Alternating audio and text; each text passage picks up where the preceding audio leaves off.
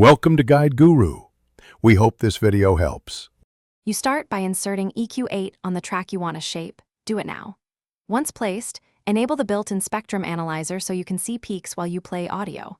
Make sure the display resolution is high enough for precision. I use 2048. Next, choose a mode. Analog if you want gentle curves, and color, digital if you need surgical accuracy. This sets your visual and tonal baseline before you make the first cut or boost. Now identify problem areas.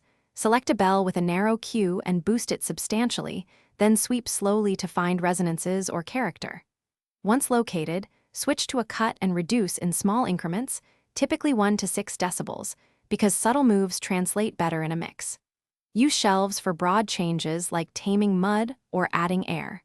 Make sure to solo or use the listen button to check each band, and then unsolo to confirm the change sits well with other tracks.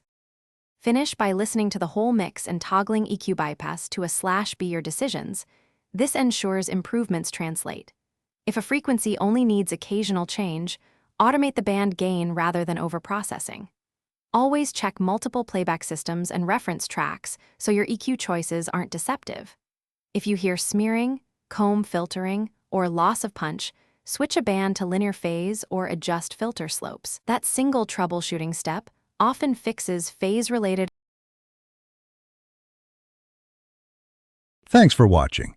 Consider subscribing if we helped you today.